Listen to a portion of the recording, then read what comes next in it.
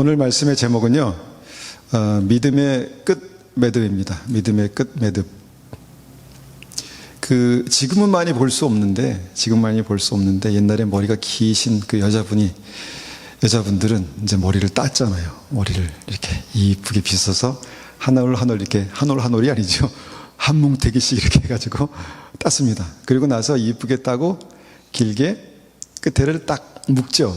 예, 잘 묶어야 이쁘게 딴 머리가 이쁘게 이제 유지가 됩니다. 그런데 그 이쁘게 딴 머리를 대충 수건으로 한번 묶었다가 됐네 그러고 놔버리면 풀어지죠.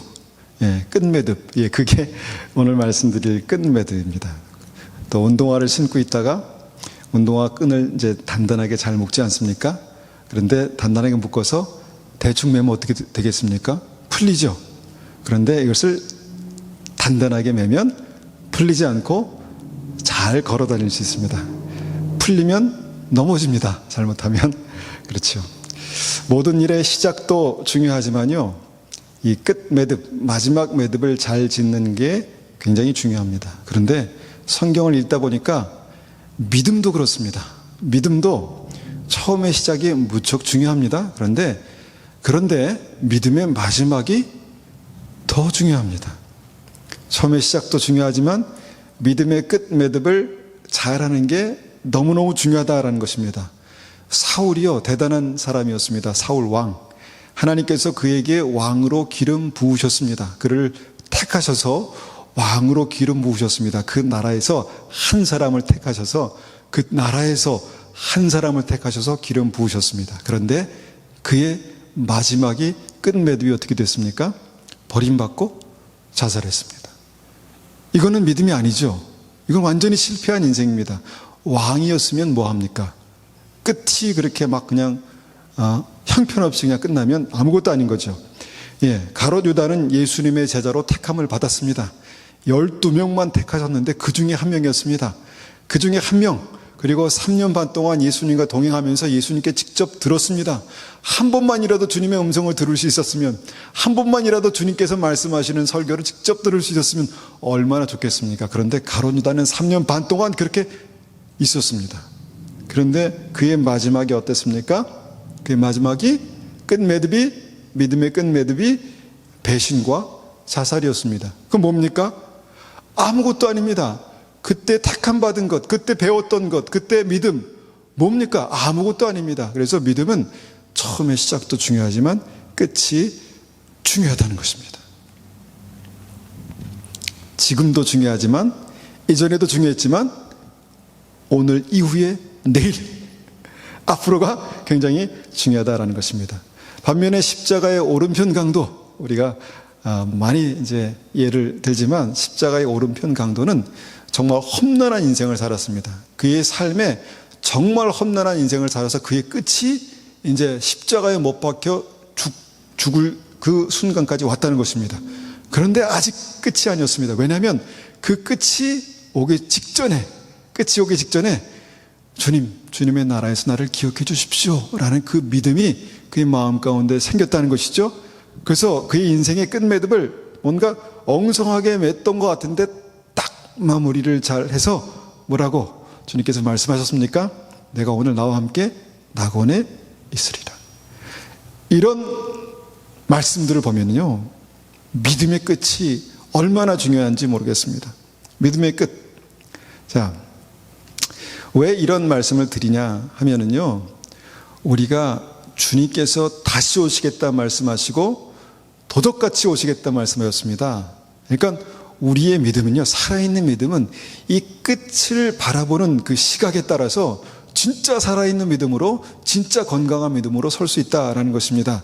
자, 주님께서 만약에 내일 오신다면, 내일 오셔도 이상하지 않은 시대를 살고 있는데 내일 오신다면 나는 지금 믿음의 끝 매듭을 잘 묶어서 매어서 단단하게 풀리지 않게 그렇게 매놓은 상태인가 아닌가를 우리가 한번 생각해 보기 원합니다. 본문 말씀 마태복음 24장 37절 말씀입니다. 24장 37절.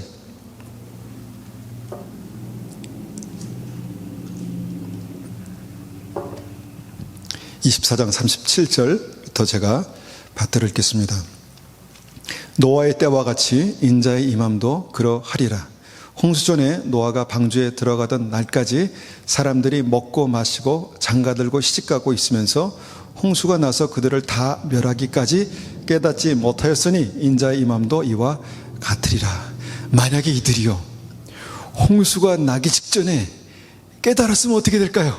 깨달았으면 나 좀 살려주세요, 나 좀 태워주세요 라고 했지 않을까요? 그런데 문제는 홍수가 나기 직전까지 그들의 인생은 풀어진 상태로 있었습니다. 풀어진 상태로. 그래서 주님께서 오실 때 깨워라, 정신을 차려라, 우리 인생이 이와 같으면 안 된다라고 말씀하시는 게 이제 여기에 있는 말씀이죠. 그리고 40절 봅니다. 40절 보겠습니다. 그때에, 이제 주님 오실 때에 말씀하신 것입니다. 그때에 두 사람이 밭에 있음에 한 사람은 데려가고 한 사람은 버려둠을 당할 것이요. 얼마나 냉정합니까? 주님 오실 때 두 사람이 밭에 있었는데 한 사람은 데려가고 한 사람은 남겨둔답니다. 또 있습니다. 두 여자가 맷돌질을 하고 있음에 41절입니다. 한 사람은 데려가고 한 사람은 버려둠을 당할 것이니라 라고 말씀하셨습니다. 그때는 그런 일이 있을 수 있다는 것입니다. 왜 그럴까요? 왜 그럴까요? 저는 믿음의 가장 중요한 뭔가 끝 매듭이 이 두 사람의 삶 속에 달랐다라는 것입니다. 그냥 똑같이 있다가 그냥 복불복으로 한 사람 천국 가고 한 사람 지옥 갔다는 얘기가 아니라 그의 삶 가운데 뭔가가 다 같은 환경에서 같은 곳을 바라보고 같은 길을 걸어가는 것 같지만 뭔가가 달랐다라는 것입니다. 이것을 저는 끝 매듭, 믿음의 끝 매듭이라고 그렇게 말씀드리고 싶습니다. 42절에 그렇게 말씀합니다. 그러므로 깨어있으라. 자, 우리가 깨어있기 위해서 이 자리에 나왔죠. 깨어있으라.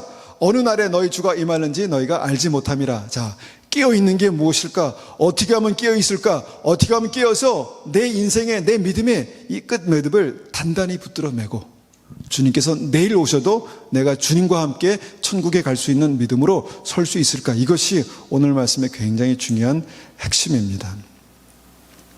말씀을 준비할 때마다요, 이런 생각을 합니다.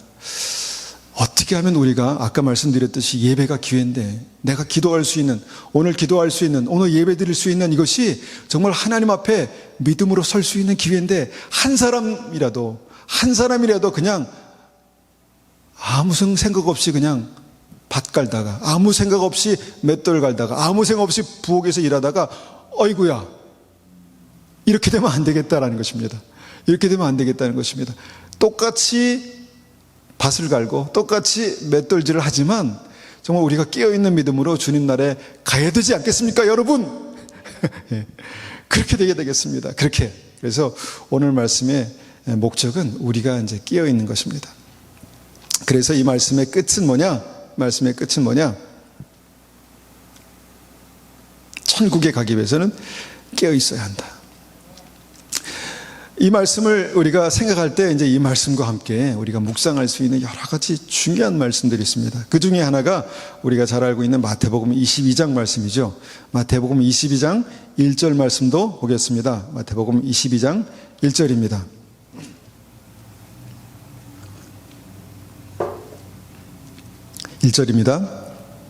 예수께서 다시 비유로 대답하여 이르시되 천국 얘기입니다. 천국은 마치 자기 아들을 위하여 혼인잔치를 베푼 어떤 임금과 같으니 그 종들을 보내어 그 청한 사람들을 혼인잔치에 오라 하였더니 오기를 싫어하거늘. 자, 여기서 이제 좀 줄여서 우리 9절로 갑니다.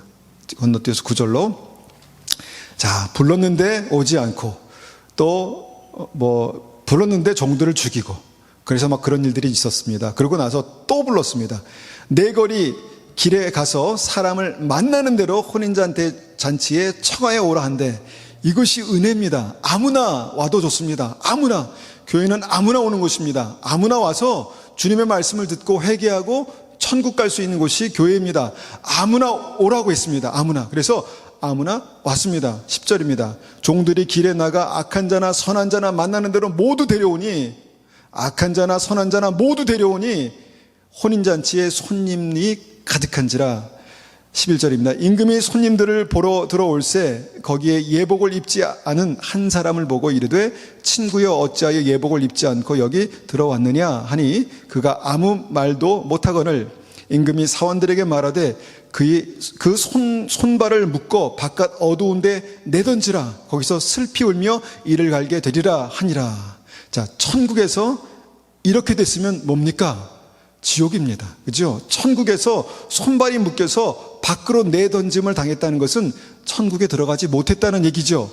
그런데 22절에 이렇게 말씀합니다. 청함을 받은 자는 많되 택함을 입은 자는 적으니라. 청함을 받은 자는 많되 택함을 받은 자는 적으니라. 자, 청함을 받은 자는 은혜로 아무나 오십시오. 은혜로 다 올 수 있습니다. 다 있을 수 있습니다. 다 예배 드릴 수 있고 다 찬송할 수 있고 다 하나님을 믿는다라고 말할 수 있습니다. 청함을 받은 사람은 많습니다. 그런데 택함을 입은 자는 적다는 것입니다. 많은 숫자에 비해서 적다는 것이죠. 이것이 천국이고 이것이 하나님의 공이라는 것입니다. 청함을 입은 자는 많되 택함을 입은 자는 적으니라. 자, 그 차이점이 뭡니까? 청함을 입은 자는, 택함을 입은 자는 어떻다는 것입니까? 택함을 입은 자는요, 예복을 입었다는 것입니다. 예복을 입고, 청함을 받은 자도 택함을 받을 수 있었는데, 택함을 받지 못하는 이유가 뭐냐? 예복을 입지 않았다라는 것입니다. 이전에 많은 말씀을 같이 나눴기 때문에 이 부분은 특별히 설명하지 않겠지만, 청함을 받는 믿음, 하나님의 은혜로 청함을 받는 믿음은 시작입니다. 시작. 그리고 택함을 받는 믿음은 뭡니까? 끝맺음을 잘하는 것입니다. 오늘 하루의 끝맺음, 내 인생의 지금 현재의 끝맺음을 잘해서 주님의 옷을 주님께서 주신 그 예복을 입고 이제 딱 단추를 채우는 거죠. 그래서 천국에는 청함을 받은 사람과 택함 받은 사람이 다 가는 게 아니라 택함 받은 사람만 간다라는 게 이 말씀의 핵심입니다. 그리고 나서 우리가 말씀 보면 이제 예복 있죠. 그 다음에 전신갑주 있죠. 빛의 갑옷 있죠. 예수 그리스도 옷 입는 거 있죠. 흰옷 입는 거 있죠. 세마포 있죠. 두루마기 있죠. 왜 이렇게 옷 입는 게 많습니까? 그런데 사실 그 옷들은 다 하나입니다. 하나. 예수 그리스도로 옷 입는 것입니다. 하나입니다. 하나. 그런데 믿음 안에서 내가 예수 믿어요 라고 말하는데 그 옷을 입지 않은 믿음은 뭐냐? 택함 받지 못한 믿음이다라고 그렇게 말씀하고 있다는 것입니다. 왜 믿음을 옷이라고 말했을까요? 옷. 왜 믿음을 옷이라고 표현했을까요? 자, 옷,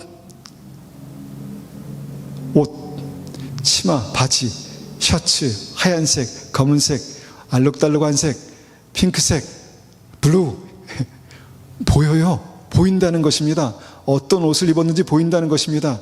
많은 사람들이 우리를 볼 거예요. 우리를 보면서 어떻게 얘기할까요? 뭐라고? 저 사람은 예수 믿는 옷을 입은 사람이야. 이렇게 얘기한다는 거죠. 예. 저 사람은 예수 믿는 옷을, 예수로 옷을 입은 사람이야 라고 안다는 거죠. 이게 이제 옷의 특징입니다. 이 그 옷을 입는 거죠. 그래서 이것이 뭘까? 우리가 성경에서 쭉 이제 말씀을 나누면서 이것은 우리의 삶으로 나타나는 믿음이다 라는 거죠. 믿음은 우리의 심령에서 시작하지만, 우리 중심에서 시작하지만, 중심을 보시잖아요. 중심에서 시작하지만 그 중심은 삶으로 반드시 나타나게 된다는 것입니다. 그래서 그것이 둘이 똑같이 맷돌을 갈았지만 두 사람이 다른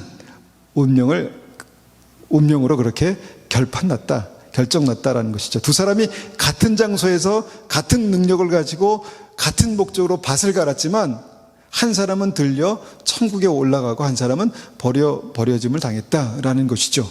이것이 청함과 택함, 옷 입는 것, 이것이 이제 핵심입니다. 잠옷을 입으면 뭐 합니까? 잠을 자죠. 작업복을 입으면 뭐 합니까? 일을 하죠. 작업복을 입고 주무시는 분, 잠옷을 입고 일하러 나가시면 없잖아요. 그러면 예수 그리스도로 옷 입은 사람은 뭘 할까요? 예수 그리스도로 옷 입은 사람은 뭘 할까요? 그 옷을 입고 어떻게 살아갈까요? 그 옷을 입고 뭐를 할까요? 이게 이제 또 굉장히 중요한 문제죠.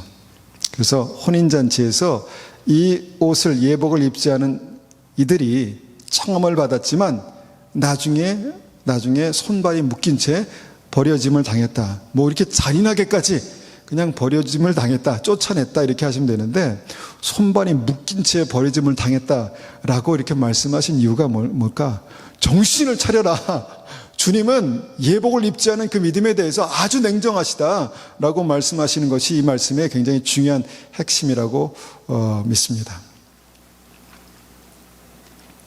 그래서 이제 예복을 묵상하면서 이제 성경을 읽다 보면 또 하나 딱 들어오는 말씀이, 이제 성경이 맨 마지막에 그 기록된 정말 중요한 말씀이 딱 눈에 들어오는데, 그게 이제 요한계시록 22장 말씀입니다. 요한계시록 22장 13절.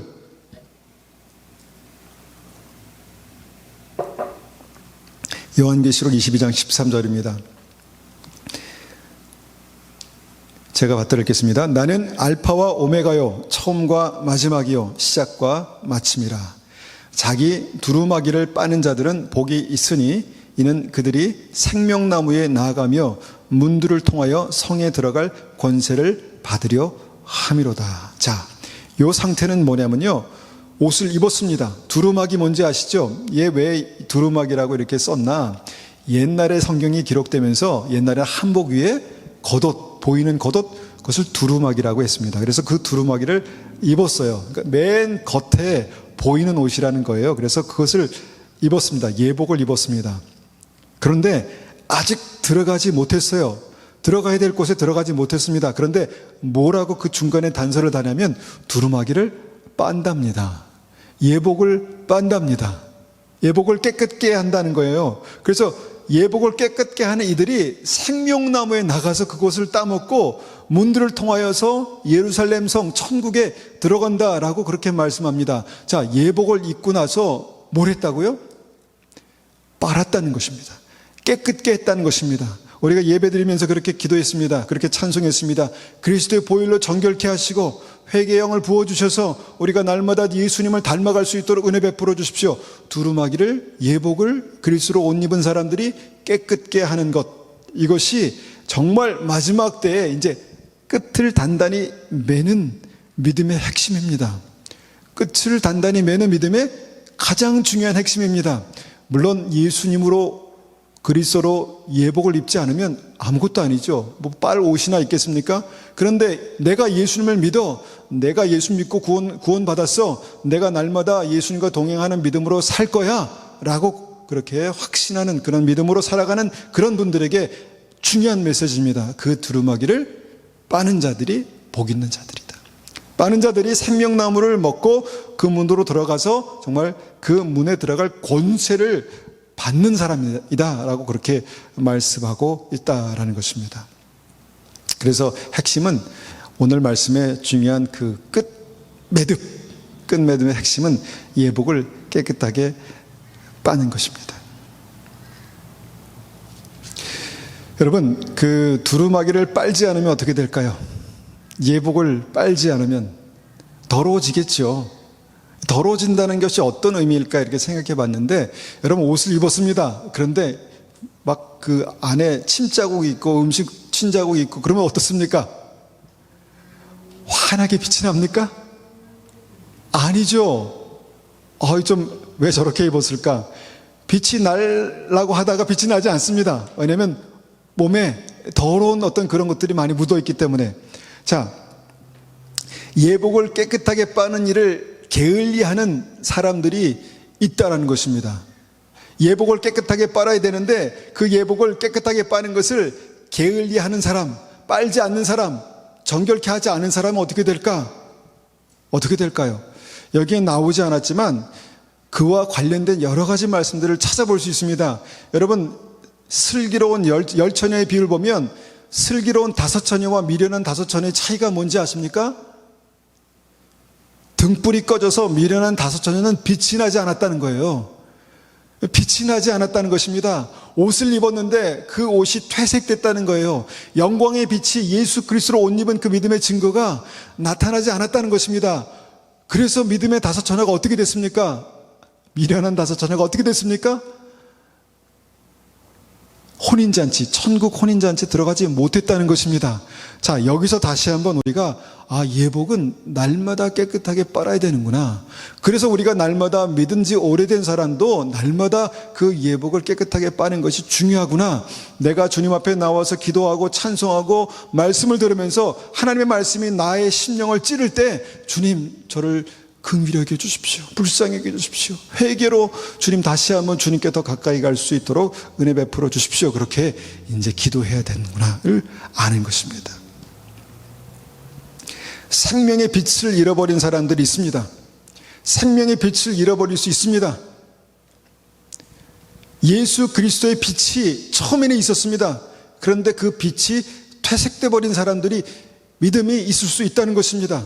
그래서 성경은 뭐냐면 믿음의 마지막 끝 매듭, 가장 중요한 매듭은 그 예복을 날마다 깨끗이 해서 내일이 되기 전에 오늘 그 믿음을 깨끗게, 그 예복을 깨끗게 하는 것이다 라고 말씀하고 있다는 것입니다. 그래서 날마다 예복을 깨끗게 하는 자가 예루살렘 성 천국에 들어갈 권세를 받는다. 예복을 입었지만 우리가 아직 들어가지 못했지 않습니까? 그러면 이제 우리에게 중요한 것은 그 예복을 날마다 깨끗게 하는 것입니다. 그런데 우리가 한 번 더 깊게 생각해 보고 싶은 것은 이것입니다. 우리가 회개했잖아요. 회개할 줄 알잖아요. 주님 용서해 주세요. 주님 용서해 주세요. 그렇게 회개했습니다.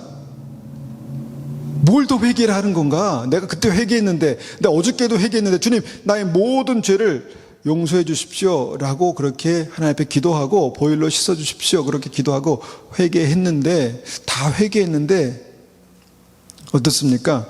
문제는 찜찜해요.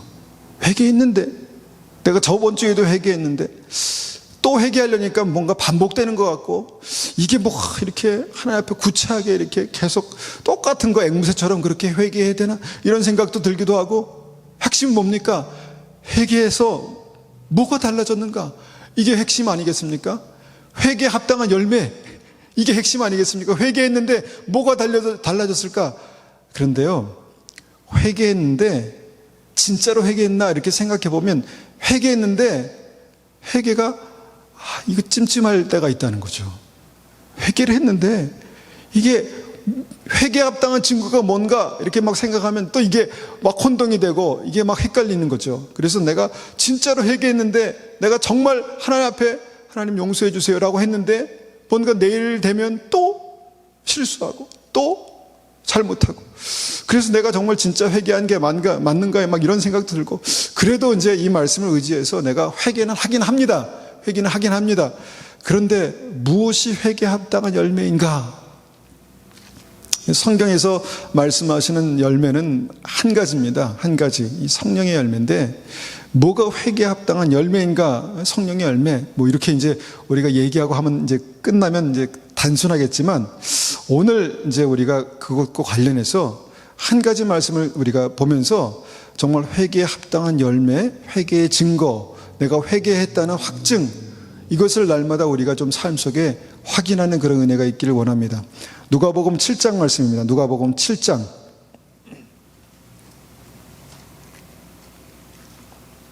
누가복음 7장 36절입니다. 누가복음 7장 36절. 36절부터 제가 받들어 읽겠습니다. 어떤 바리새파 사람이, 시몬이라는 사람입니다. 이 사람이 어떤 바리새파 사람이 예수님께 함께 식사를 하자고 권했습니다. 그래서 쉬운 성경으로 제가 읽습니다. 그래서 예수님께서 그 바리새파 사람의 집에 가셔서 식사 자리에 앉으셨습니다. 그런데 그 마을에 죄인인 한 여자가 있었습니다. 예수님께서 바리새파 사람이 집에서 식사하신다는 소식을 듣고 향유병을 가지고 갔습니다. 익숙한 말씀이죠. 향유병을 가지고 300데나리온이나 되는 비싼 향유병을 가지고 갔습니다. 38절입니다. 그는 예수님의 뒤쪽으로 가서 예수님의 발 곁에 서서 울며 눈물로 그의 발을 씻겼습니다. 그리고 자신의 머리카락으로 발을 닦고 입을 맞추고 향유를 부었습니다. 예수님을 초대한 바리새파 사람들이 이것을 보고 속으로 생각했습니다. 만일 이 사람이 예언자라면, 예수님이 예언자라면 지금 자신을 만지는 이 여인이 죄인이라는 것을 알았을 것이다. 예수님께서 그에게 대답하셨습니다. 시몬아, 바리새인이죠. 시몬아, 내게 할 말이 있다. 시몬이 대답했습니다. 선생님, 말씀하십시오. 너는 내 머리에 기름도 붓지 않았지만 이 여인은 향유를 내 발에 부었다. 그러므로 내가 네게 말한다. 이 여자의 많은 죄가 용서되었다. 주님, 무슨 근거로 이렇게 말씀하시는 겁니까? 향유 부으면, 비싼 향유를 부으면 주님 용서되는 것입니까? 내가 정말 기름도 붓지 않으면 용서되지 않는 것입니까? 이런 생각을 할 수 있죠. 그런데 주님께서 내가 네게 말한다. 이 여자의 많은 죄가 용서되었다. 자, 이는 이 여자가 많이 사랑하였기 때문이다. 핵심이 여기에 나옵니다. 적게 용서받은 사람은 적게 사랑한다. 예수님께서 이 여자에게 말씀하셨습니다. 내 죄가 용서되었다. 저는 이 말씀 보면서 다시 한번 이 말씀이 제 마음 가운데 확실하게 새겨지는 것을 제가 느꼈습니다. 많이 용서받은 사람은 많이 사랑한다는 것입니다. 적게 용서받은 사람은 적게 사랑한다는 것입니다. 용서받지 않은 사람은 사랑하지 않는다는 것입니다. 심플하죠.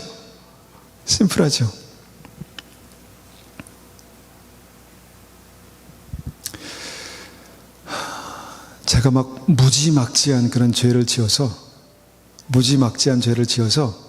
정말 극적으로 예수 믿고 변화돼서 이제 교회 다니게 됐다고 한번 생각해 보십시오. 그런데 어떤 사람이 제가 무지막지한 죄를 지었습니다. 근데 어떤 사람이 저의 한 4분의 1 정도의 죄를 짓고 교회에 와서 너무너무 힘들어하고 고통스러워합니다. 그러면 제가 그 사람을 볼 때 어떤 시각으로 볼 수 있을까요? 나도 용서받았는데 당신도 용서받을 수 있어. 이런 시각으로 보겠죠. 그와 비슷한 성경 말씀들이 1만 달란트, 100데나리온, 형제의 눈 속에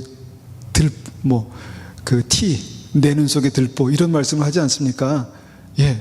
그러니까 이 굉장히 중요한 말씀입니다. 많이 용서받은 사람은 많이 사랑하게 되고요.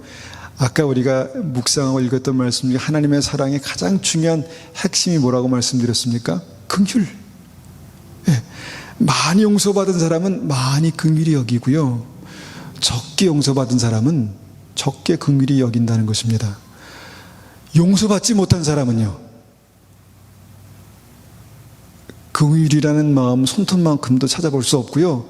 용서받지 못한 사람은요, 사랑할 줄 모른다는 것입니다. 주님 용서해 주세요. 주님 저희 모든 죄를 주님 깨끗게 해주세요. 기도했습니다. 그리고 그렇게 살아가려고 막 노력합니다. 그래서 어떻게 살아가라는 말씀인가? 어떻게 회개한 사람이 어떻게 살아가는 말씀인가? 주님 앞에 주님께서 나의 모든 죄를 용서하신 그 감격을 가지고, 나를 긍휼히 여기시는 그 감격을 가지고 이제 살아가라는 것입니다. 형제에 대해서, 다른 사람에 대해서. 그래서 적게 용서받은 사람은 적게 사랑하지만 많이 용서받은 사람은 많이 사랑한다. 그러면 뭡니까? 깨끗한 예복의 증거, 회개의 증거, 회개에 합당한 열매, 성령의 열매, 사랑과 희락과 화평, 이것을 하나로, 이 9가지 열매 하나로 묶으면 사랑입니다. 하나님을 사랑하고 이웃을 사랑하고. 자, 사랑 좋은 거지. 내가 사랑해야지. 근데 잘 안 되네. 어떻게 사랑해? 어떻게 예수님처럼 사랑해? 물론 어렵고 힘듭니다.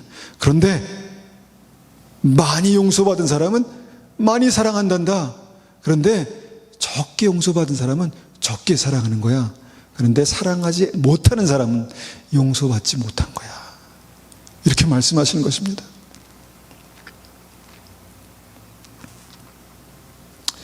나는 용서받은 사람인가? 나는 회개했습니다. 주님, 나는 회개하고 예수님의 보혈로 씻김 얻었습니다. 나는 구원받았습니다. 감사합니다. 그래서 어떻게 그것이 증거된다는 것입니까? 내가 회개하고 용서받았다는 것이 어떻게 증거된다고 하십니까? 많이 사랑하는 사람이 되는 것입니다. 주님을 많이 사랑하고 사랑하는 사람을 많이 사랑하고 주님의 사랑으로 긍휼히 여기고 주님의 사랑으로 사랑하는 사람이 된다는 것이죠. 이것이 바로 내가 회개한 증거라고 말씀하십니다. 회개에 합당한 열매라고 말씀하십니다. 에베소서 6장 15절을 보니까요, 주님의 말씀을 세 가지로 표현하고 있죠. 세 가지로. 뭡니까? 말씀의 검이죠. 그 다음에 진리의 허리띠죠. 그 다음에 뭡니까? 에베소서 6장 15절 보니까 복음에 예비한 신발이 복음이다. 여러분, 그게 잘 와닿습니까? 신발이 복음이다. 신발이 복음이 뭡니까? 살리는 말씀이잖아요. 살리는 말씀. 근데 신발이 복음이랍니다. 그러니까 신을 신고 여러분 집에 있습니까? 방에 있습니까? 잘 때 신발을 신나요? 아니죠. 살아갈 때, 세상을 살아가는 사람들은 신을 신고, 다 신발 신고 오셨네. 신을 신고 걸어 다니고, 신을 신고 사람을 만나고, 세상을 살아가는 어떤 그 사람들이 꼭 신어야 하는 필수적인 것, 복음의 신을 신고 살아가야 된다라는 것을 이제 말씀하시는 말씀인데요. 신발을 왜 신죠? 신발을. 걸어 다니다 보면 더러운 것도 밟고 그럴 거 아니에요. 누가 침 뱉어 놓은 것도 밟을 수 있고, 개똥도 밟을 수 있고, 근데 신발을 신고 있으면 발이 더러워지지 않는다는 것입니다. 가끔 유리 조각도 있고, 못도 있습니다. 못은 좀 심각하다. 근데 하여튼, 유리 조각이나 그런 그 뾰족한 돌도 밟을 수 있습니다. 근데 발이 상하지 않는다는 것입니다. 근데 복음이 뭐라고 말씀드렸습니까? 복음은 하나님의 사랑입니다. 복음은 하나님의 사랑이잖아요. 복음은 나를 사랑하신 하나님의 사랑이잖아요. 예수 그리스도께서 나를 위해 십자가에 달려 돌아가신 것이 복음 아닙니까? 그런데 내가 그 신발을 신고 산다는 것이 무엇입니까? 내가 사랑하며 사는 것입니다. 세상에서 사랑하며 사는 것입니다. 사랑하며 살면요, 내가 보호가 된다는 거예요. 세상에서 내가 보호가 된다는 것입니다. 내가 주님의 사랑으로 사랑하며 살면은 그것이 복음이 되는 것이고, 그것이 나의 삶을 보호하고 내가 주님 앞에서 온전한 믿음으로 더럽혀지지 않고 보호가 된다는 것입니다. 그래서 복음을 신발로 비유하신 것이죠. 내가 나를 구원한 회개의 복음을 받았습니다. 회개의 복음. 그 회개의 복음으로 내가 깨끗하게 되었습니다. 그러면 그 증거가 뭡니까? 내가 회개했다는 증거가 뭡니까? 저는 이것이 굉장히 궁금했습니다. 내가 회개했는데, 많은 사람들이 회개했다고 하는데 그 회개의 증거가 뭐냐? 회개의 증거가 뭐냐? 성령의 열매다. 회개에 합당한 열매다. 그러면 그 열매가 뭐냐? 그 열매가 뭡니까? 사랑하며 사는 것입니다. 오늘 기회가 있을 때, 사랑할 수 있을 때 사랑하며 사는 것입니다. 이것이 회개에 합당한 열매, 회개의 증거, 예복을 깨끗이 예비한 신부로 살아가는 것입니다. 이 사랑이 뭔가요? 어떻게 표현해야 되는 거죠? 우리가 긍휼도 얘기했고 또 하나님의 사랑도 얘기했는데, 여러분, 이 사랑이 뭡니까? 내가 살아가야 되는 사랑이 뭐죠? 나는 예수님을 어떻게 사랑해야 합니까? 여러분, 예배 시간에 내가 예배를 드리는 것이 뭘까 생각해 봤을 때, 예배는요, 하나님을 사랑하는 것입니다. 어떻게 하나님을 사랑할 수 있을까? 내가 하나님을 더 사랑하고 싶은데, 내가 하나님의 사랑을 더 깊이 경험하고 싶은데, 내가 어떻게 하나님을 사랑할 수 있을까? 내가 형제를 사랑해야 된다고 말씀하셨는데, 그것이 같은 거라고 말씀하셨는데, 내가 어떻게 사랑할 수 있을까? 이것이 예배고, 그렇게 살아가는 삶이 복음이라고 말씀하셨는데, 그것이 도대체 뭘까를 고민하는 곳이 교회입니다. 그렇지 않습니까? 여긴 다 믿는 분들이 오셨잖아요. 하나님을 나의 구주로 믿는 분들이 오셨잖아요. 그러면 여기서 우리가 뭐 해야 합니까? 사랑을 연습하는 것입니다. 아무나 왔잖아요. 아무나 오면 어떻습니까? 사랑하기 좋은 사람이 있습니다. 사랑할 만한 사람이 있습니다. 사랑받기에 합당한 사람이 있어요. 근데 사랑하기 정말 어려운 사람이 있습니다. 왜 저 사람은 교회에 와서 이렇게 나를 힘들게 하지? 왜 교회에 와서 이렇게 믿지 않는 사람처럼 행동하지? 교회에 와서 이렇게 많은 사람들을 힘들게 할까? 그때 붙들어야 되는 사랑이 뭡니까? 긍휼. 주님께서 나를 어떻게 사랑하셨는지 그 사랑을 가지고, 그 사랑을 기억하고 내가 그 사람을 사랑하는 것, 어떻게 사랑할까? 우리의 마음 중심을 보시는 주님 앞에서 내가 그 사랑 어떻게 표현할 수 있을까? 어떻게 그 사랑으로 내가 복음을 살아갈 수 있을까를 고민하는 곳이 교회입니다. 그리스도의 몸, 아무나 있으니까 더 좋잖아요. 아무나 왔기 때문에 좋은 연습을 할 수 있습니다. 사랑하기 어려운 사람도 사랑할 수 있는, 사랑하게 되는, 또 그 사람은 내가 사랑받을 만한 사람이 아닌데 나를 사랑해 주네? 나를 용납해 주네? 그것을 경험할 수 있는, 하나님의 사랑을 경험할 수 있는 곳이 교회고, 그 사랑을 연습할 수 있는 곳이 교회고, 그 사랑이 열매 맺는 곳이 교회입니다. 그리스도의 몸입니다. 그리고 나서 강건한 그리스도의 몸이 세상을 향해서 복음으로 나아가는 것이, 그것이 복음입니다. 그것이 교회입니다. 여러분, 그것이 주님께서 많이 용서받은 사람은 많이 사랑한다라고 말씀하신 바로 구원받는 사람들, 믿음의 사람들이라는 것입니다. 적게 용서받는 사람은 적게 사랑하고요, 용서받지 못한 사람은 사랑하지 않는답니다. 자, 사랑과 용서가 어떻게 보면 굉장히 동떨어진 것 같은데, 주님은 그 용서, 회개, 정결케 되는 그 은혜를 사랑이라는 단어로 그렇게 확증하신다는 것입니다. 그것이 회개에 합당한 열매다, 이렇게 말씀하시는 것이죠. 우리가 많이 읽었기 때문에 익히 익숙한 말씀이지만 요한일서 3장 10절 말씀을 앞에 띄워드릴 테니까 보십시오. 요한일서 3장 10절입니다. 이러므로 하나님의 자녀들과 마귀의 자녀들이 드러나나니, 자, 이들은 원래 섞여 있었습니다. 그래서 하나님의 자녀인지 마귀의 자녀인지 처음에는 몰랐습니다. 어떻게 보면 하나님의 자녀인 것 같기도 하고 어떻게 보면 마귀의 자녀인 것 같기도 하는데 드러난답니다. 나타난답니다. 드러나나니 무릇 의를 행하지 아니하는 자나 또는 그 형제를 사랑하지 아니하는 자는 하나님께 속하지 아니하니라. 자, 사랑하지 않는 사람이 하나님께 속하지 않았다, 이 말씀이 굉장히 어려운 말씀처럼 들리는데요, 사랑하지 않는 사람은 용서받지 못한 사람이고 회개하지 않은 사람이다라고 그렇게 이해하면요, 심플합니다. 사랑하지 아니하는 자는 하나님께 속하지 아니하였느니라. 하나님, 저는 사랑이 잘 안 돼요. 사랑할 줄 모르겠어요. 어떻게 사랑해야 되는지 모르겠어요. 연습하는 거예요. 연습하는 거예요. 하나님 앞에 순종함으로 연습하는 것입니다. 혼인잔치에 다 함께 있습니다. 그것이 교회입니다. 그것이 믿음입니다. 그런데 그 중에는 거룩한 예복을 입지 않은 분들이 있을 수 있습니다. 그럴 수 있죠. 성경에도 있다 그랬으니까. 그런데 그 사람들이 많답니다. 사랑할 수 있는 사람들이 많은 게 아니라 사랑할 줄 모르는 사람들이 많답니다. 그런데 그 사람은 예복을 입지 않은 사람이랍니다. 예복을 입지 않은 사람, 내지는 예복이 더러워져서 빛이 나지 않는 사람이랍니다. 그래서 그 사랑이, 사랑하지 않는 사람은, 예복을 입지 않은 사람은 여러분 택함 받지 못한 사람이라고 그렇게 성경이 말씀하고 있는 것입니다. 요한일서 3장 14절에 똑같은 말씀 하시죠. 3장 14절, 우리는 형제를 사랑함으로 사망에서 옮겨서 생명으로 들어간 줄을 알거니와 사랑하지 아니하는 자는 사망에 머물러 있느니라. 왜 사랑하지 않는 사람이 사망에 머물러 있어야 합니까? 억울합니다. 나는 사랑이 잘 안 됩니다. 난 사랑받아 보지 못해서 어떻게 사랑하는 줄 모릅니다. 그렇게 말할 수 있잖아요. 근데 사랑하지 아니하는 자는 사망에 머물러 있답니다. 왜 머물러 있습니까?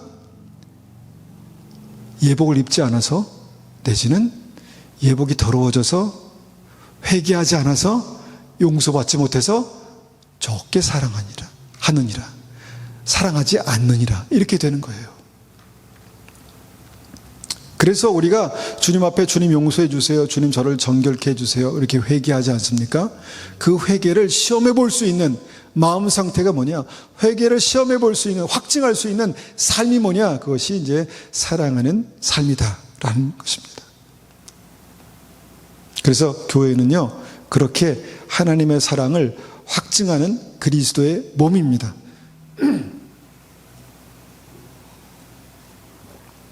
교회에 왔는데 하나님의 사랑을 경험하지 못했습니다. 하나님의 사랑을. 누구의 문제입니까? 누구의 문제입니까? 교회의 문제겠죠. 교회에 사랑할 줄 모르는 사람들이 많기 때문에 그러겠죠. 그런데 그거면 끝입니까? 그거면 다 끝입니까? 사랑할 줄 모르는 사람이 많은 거 어쩔 수 없지, 이렇게 얘기해버리면 끝인가요? 아닙니다. 큰일 났네. 큰일 났네. 용서받지 못한 사람들이 많구나. 깨끗함을 받지 못한 사람이 많구나.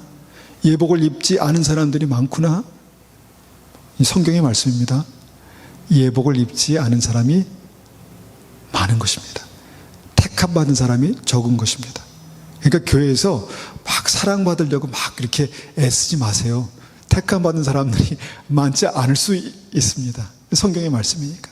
대신에 교회에서 한번 사랑하려고 막 노력해 보세요. 내가 어떻게 하면 예수 그리스도로 옷 입은 증거가 내 삶을 통해서 나타날 수 있을까? 영광의 빛이 나의 삶을 통해서 나타날 수 있을까? 막 살아보세요. 그러면요, 하나님께서 그 사람에게 은혜를 부어주시고 하나님의 마음을 부어주시고 축복하시고 집중하실 겁니다. 네가 지금 내 마음을 가지고 그렇게 사랑하려고 하고 있구나. 내 마음을 가지고 그렇게 복음을 가지고 복음의 신을 신고 그렇게 살아가려고 동분서주하고 있구나 라고 말씀하실 것입니다. 여러분, 그것이 하나님께서 우리 그리스도의 몸 안에 주신 은혜입니다. 그런데 많은 사람들은요, 내가 사랑받지 못한다고 생각하고 실망하고, 내가 사랑받지 않는다고 생각하고 떠납니다. 그래서 실패한 거예요. 그래서 믿음 생활이 실패하는 거예요. 자, 우리가 그리스도의 몸 안에서 힘써 사랑하는 것이 여러분, 회개와 예복과 구원과 연관되어 있습니다. 연결되어 있습니다. 우리가 가끔 실족합니다. 실망합니다. 사람에 대해서 실망하고 어떤 상황에서 내 잘못이 아닐 수도 있습니다. 실족합니다. 그래서 내가 참 그런 상태에서 참 마음을 추스리기도 힘들고 또 믿음을 바로 세우기가 참 어렵습니다. 그런데 우리가 이것을 그냥 저 사람 탓, 남의 탓, 교회 탓 이렇게 돌리고 그냥 매일 그렇게 뭐랄까, 그러니까 믿음을, 이 말씀을 반대로 적용하며 살다가는요, 평생 사랑하는 것을 배우지 못할 수도 있습니다. 다시 말하면 평생 주님께서 나를 용서하신 증거를 확인하지 못한 채로 그렇게 신앙생활할 수 있다는 것입니다. 한번 이렇게 적용해 보십시오. 복음의 신을 신고 이렇게 적용해 보는 것입니다. 내가 용납하지 못한 것이 있나? 내가 긍휼히 여기지 못한 것이 있나? 내가 긍휼히 여기지 않고 내가 주님의 사랑으로 사랑하지 않은 것이 있나? 내가 형제의 눈, 그거 빼야 돼 라고 했지만 내 안에 들보, 주님께서 나를 용서하셨고 용서하셔야 되는 그것을 생각하지 못하고 그렇게 막 달려들었던 그런, 물론 내 행동은 정당할 수 있지만 그런 때가 있나? 그런 때가 혹시 있지 않을까? 이런 생각을 해봐야 되는 것입니다. 왜냐하면 내가 먼저 살아나야 살릴 수 있지 않겠습니까? 내가 먼저 건강한 믿음으로 살아나야 살릴 수 있는 믿음이 되는데, 여러분, 내가 건강한 믿음으로 살아나지 않으면요, 아무 성이 없어요. 그 사람도 지옥 가고 나도 지옥 가는 거예요. 그것이 복음입니까? 아니죠. 내가 살아나야 살리는 것입니다. 주 예수를 믿어야 너와 내 집이 구원받는 것입니다. 내가 먼저 살아가면 되는 것입니다. 내가 그렇게 살아가면 살아나는 것입니다. 가정이 살아나고 교회가 살아나고 내 옆에 앉은 분들이 살아나는 것입니다. 그래야 그것이 복음입니다. 여러분, 이것이 너무너무 중요한 진리입니다. 회개에 합당한 열매를 맺으라. 교회와 가정에서, 내 삶에서 회개에 합당한 열매를 맺으라. 주님께서 말씀하십니다. 그 성경에 우리 한 말씀만 더 보면요. 성경에서 주님께서 만드신 공동체, 가정과 교회가 있습니다. 근데 그 가정과 교회에 있어야 되는 사랑에 대해서 주님께서 이렇게 말씀하십니다. 에베소서 5장 25절 앞에 말씀 한번 보시고요. 가정과 교회, 주님께서 만드신 그리스도의 몸에 대해서 이렇게 말씀하십니다.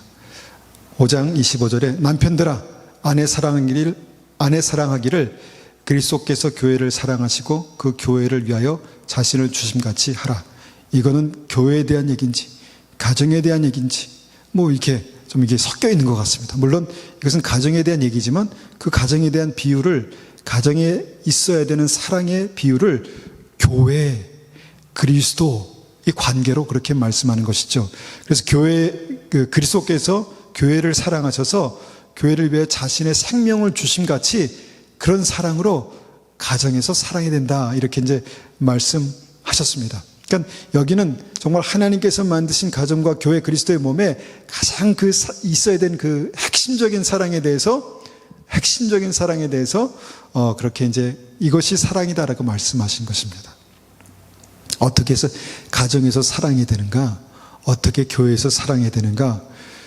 주님께서 교회를 위해서 생명을 주신 같이 하라라고 말씀하셨다면 가정에서는 어느 정도 이해가 갑니다. 가정에서는. 그런데 그런 사랑이 우리가 주님께서 우리에게 가르치신 사랑이라고 생각한다면 여러분 얼마나 어렵겠습니까? 주님께서 이 땅에 오셔서 정말 우리를 사랑하시기 위해서 어떻게 하셨습니까? 십자가를 지셨죠. 십자가를 어떻게 지셨습니까? 쳐서 복종하셨습니다. 하나님의 말씀으로 쳐서 복종시켜서 십자가를 지셔서 교회를 사랑하시고 그리스도의 몸을 세우셨습니다. 사랑하셨습니다. 자, 사랑하기가 얼마나 힘듭니까? 힘들죠. 그런데 내가 예수 그리스도의 십자가에 복종하면, 쳐서 복종하면, 내가 죽으면 이제 사랑할 수 있다는 것입니다. 나는 원래 사랑할 수 있는 사람이 아닙니다. 어떻게 사랑할 수 없는 아무나 다 온 그리스도의 몸 안에서 어떻게 사랑합니까? 더군다나 세상에서 믿지 않는 사람, 정말 이 어둠의 권세에 붙들려 사는 사람을 어떻게 사랑할 수 있습니까? 어떻게 사랑으로, 복음으로 그를 일으키고 세울 수 있습니까? 이 사랑으로 사랑하라고 말씀하신 것입니다. 그 원리는 간단합니다. 나를 쳐서 복종시켜서 예수 그리스도의 십자가 사랑을 붙들면 사랑할 수 있다. 가정에서 가장 사랑하기 어려운 분이 배우자인가요? 네, 죄송합니다. 가정에서 사랑하기 참 어렵습니다. 자주 보고 익숙하고 그렇기 때문에 에이 저 왼수, 물론 사랑합니다. 근데 에이 저 왼수 그냥 하여튼 사랑하기 어렵습니다. 그런데 그 가정에서 어떻게 사랑으로 말씀하시면 예수님께서 교회를 사랑하셔서 자신을 주심같이 사랑하라. 그런 사랑이면 사랑할 수 있다라는 것이죠.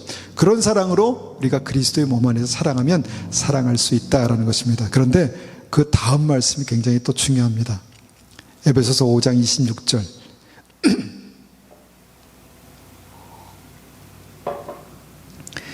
26절입니다. 이는 곧 물로 씻어 말씀으로 깨끗게 하사 거룩하게 하시고 자기 앞에 영광스러운 교회로 세우사 티나 주름 잡힌 것이나 이런 것들이 없이 거룩하고 흠없게 하려 하심이라.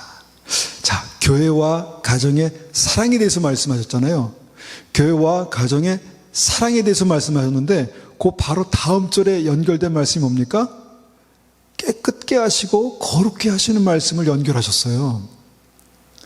깨끗게 하시고 거룩게 하시는 말씀을 연결하셨다는 거죠. 자, 무슨 생각이 드십니까?